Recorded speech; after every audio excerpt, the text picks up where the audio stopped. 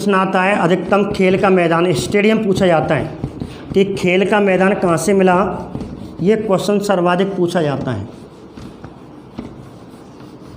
ठीक है, तो टॉप पे डालें धौलावीरा।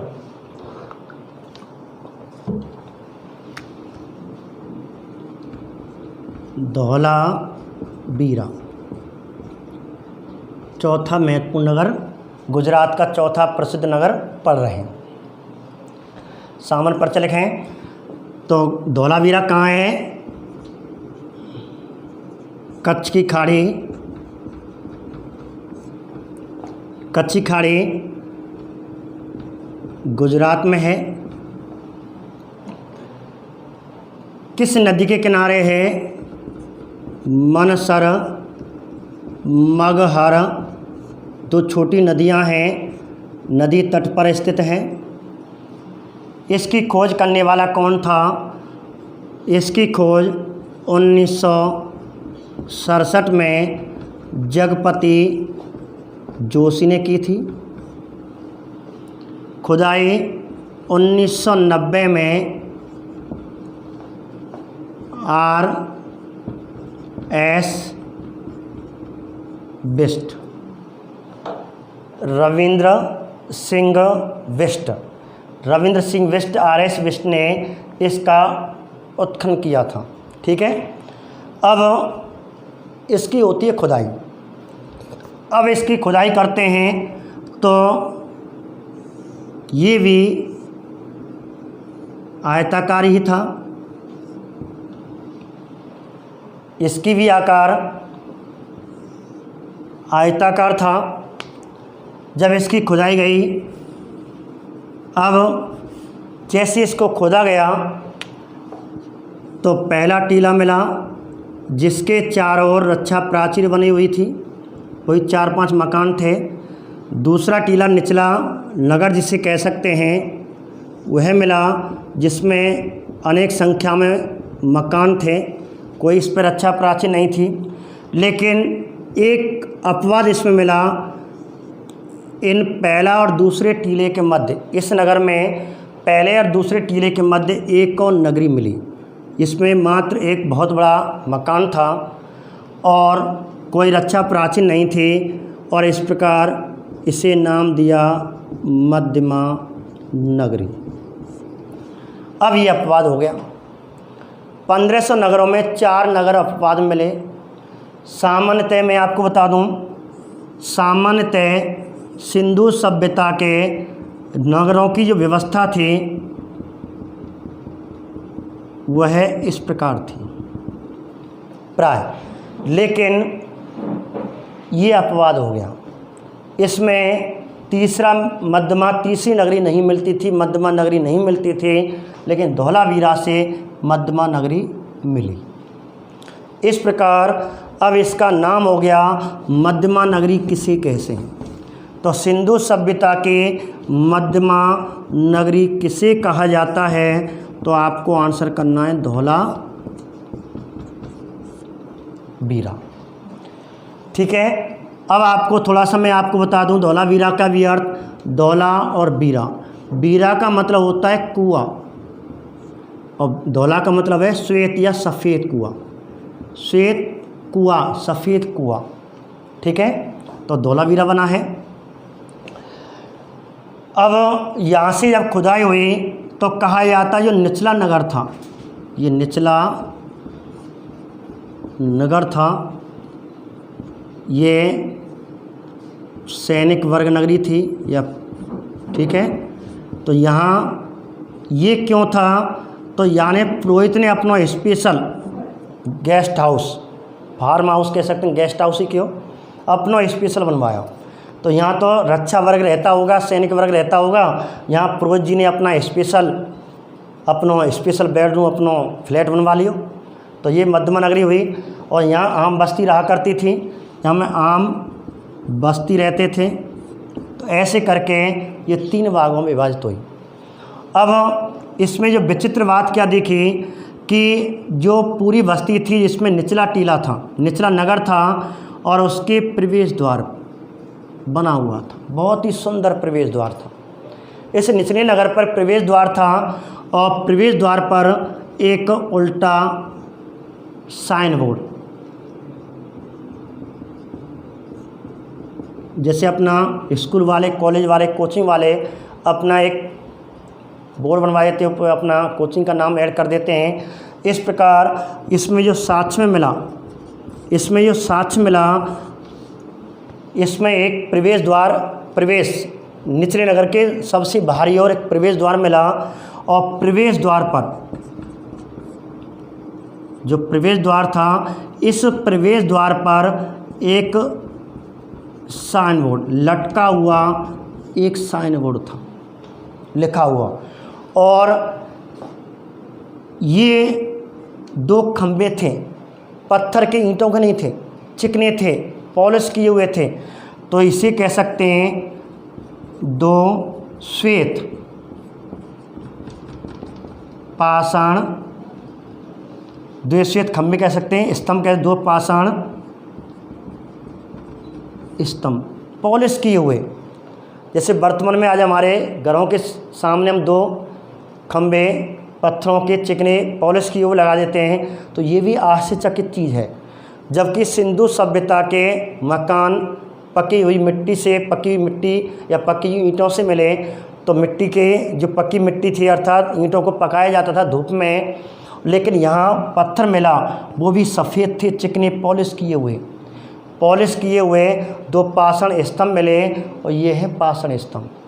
और इस साइन बोर्ड पर एक अवलेख लिखा हुआ है। तो एक क्वेश्चन बन जाता है कि सिंधु सभ्यता का सबसे बड़ा अवलेख, तो सिंधु सभ्यता का सबसे बड़ा अवलेख अर्थात सिंधु लिपि के प्रमाण कहाँ से मिले। अर्थात जैसे हम कोई अपना विद्यालय होता है या कोई कोचिंग या संस्था होती है, तो आगे एक नोटिस बोर्ड, एक छोटा सा बोर्ड बनवा देते हैं। तो यहाँ भी बोर्ड बना हुआ था, इस पर कुछ लिखा हुआ था, अक्षर लिखे हुए थे। प्राय कुछ किताबें 17 अक्षर बताते हैं, कुछ 10 बताते हैं। तो एनसीईआरटी किताब में 10 अक्षर लिखे हुए हैं, लेकिन उनको आज तक नहीं पढ़ा गया। इसलिए ध्यान रखना, सिंधु लिपि अवांछनीय है, अवांछनीय है, जिसको आज तक नहीं पढ़ा जा सका है और इसे आज तक नहीं पढ़ा गया सिंधु लिपि को, क्योंकि इसमें चित्रों का प्रयोग है, इसलिए इसे भाव चित्रात्मक लिपि भी कहते हैं, बूस्टोफेजन लिपि भी कह सकते हैं। जब हम सिंधु सभ्यता की विशेषता पढ़ाएंगे तो इसमें एक विशेषता सिंधु लिपि भी पढ़ाएंगे।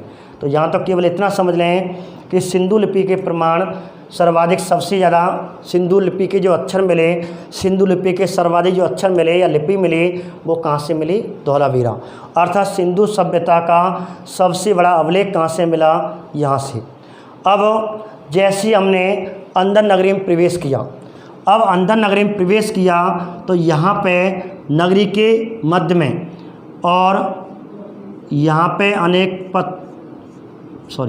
ईंटों की, पक्की ईंटों की बनी हुई सीढ़ियाँ बैठने के लिए लगी हुई थी और चारों ओर आगे जगह थी और पास में 2 जलाशय बने हुए थे। जैसे हम नगरी की बात करें तो जैसे नगरी थी, ये नगरी थे, यहाँ पे बैठने के लिए व्यक्ति बैठा करते थे।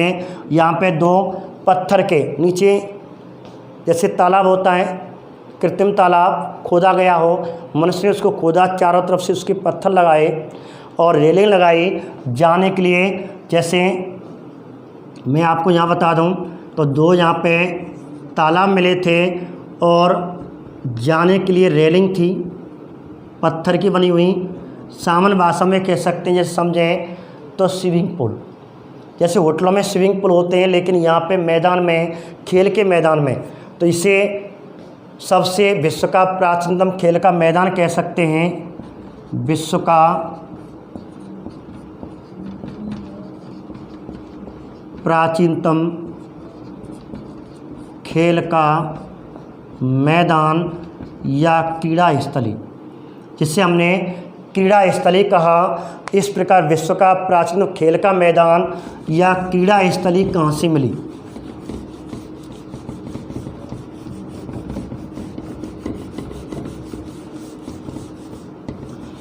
देखें तो विश्व का प्राचीन खेल का मैदान अर्थात क्रीड़ा स्थली, क्रीड़ा स्थली, इसे इंग्लिश में कह सकते हैं स्टेडियम। अब ऐसा साक्ष्य मिला था, जैसे ही उन्हें बना देता हूँ, यहाँ उल्टा साइन बोर्ड है जिस पे कोई छोटा सा अवलेख, जिसे सिंधु सभ्यता का सबसे बड़ा अवलेख कह सकते हैं, सर्वाधिक अक्षर मिले थे, बना हुआ है। और जैसे ही प्रवेश किया तो यहाँ पे अनेक उतरती हुई, उत्तर से दक्षिण की ओर सीढ़ियाँ मिली, तो इसे कह सकते हैं यहाँ ये बैठक व्यवस्था थी, यहाँ दर्शक बैठा करते थे और यहाँ पे काफ़ी खुला मैदान था और यहाँ दो कृत्रिम जलाशय या तालाब जो पक्के थे, चारों तरफ से पक्के थे, नीचे पत्थर लगा हुआ था, रेलिंग थी जाने के लिए, तो शायद इसका प्रयोग पीने के लिए किया करते थे। इस प्रकार जो अगला जो साक्ष्य मिलता है 5वां, इसे कह सकते हैं सबसे सुंदरतम जल प्रबंधन प्रणाली के साक्ष्य, अर्थात सिंधु सभ्यता का ऐसा नगर जहाँ से सर्वाधिक, सबसे सुंदरतम का मतलब है पक्का बना हुआ था, स्विमिंग पूल की तरह थे, लेकिन यहाँ स्विमिंग पूल के लिए नाले के लिए प्रयोग नहीं करते थे कि नावे कूद जाते हों, नहीं, केवल पीने के लिए। तो इस प्रकार सबसे सुंदरतम जल निकासी का प्रमाण जो मिलता है, जल प्रबंधन प्रणाली का प्रमाण मिलता है, वो आपको धौलावीरा से मिलता है। और यहाँ से कितने जलाशय मिले? 2 तालाब, 2 कृत्रिम जलाशय कह सकते हैं, 2 तालाब कह सकते हैं, और एक मध्यमा नगरी मिली। और इस प्रकार ये आपका एक प्रसिद्ध आपका पुरास्थल हुआ धौलावीरा। अब एक टॉपिक रह गया, एकमात्र ऐसी विशेषता, सबसे अलग विशेषता है। तो एकमात्र ऐसी, जब हम विशेषता की बात करें कि एकमात्र ऐसा नगर क्या है जहाँ से अलग ही संस्कृति मिली। यदि हम एकमात्र नगर की बात करें, अगला जो 7वां टॉपिक है, जो सबसे अलग विशेषता है, एक विशेषता ये रही मध्यमा नगरी है, लेकिन इसे हम साक्ष्य में या नगरी में लिख दिया तो मध्यमा नगरी, लेकिन एकमात्र सिंधु सभ्यता का 1500 नगरों में से जहाँ से अलग ही विशेषता मिली। यहाँ से कहा जा सकता है 7 स्तरीय संस्कृति के प्रमाण, 7 स्तरीय संस्कृति के प्रमाण, 7 स्तरीय संस्कृति के प्रमाण, अर्थात 7 कला संस्कृति, 7 सभ्यता, 7 समय के, 7 काल के यहाँ के हमें स्थान मिले हैं। जैसे साइन बोर्ड है, पत्थर हैं, पता नहीं कौन से काल का है, 7 संस्कृति।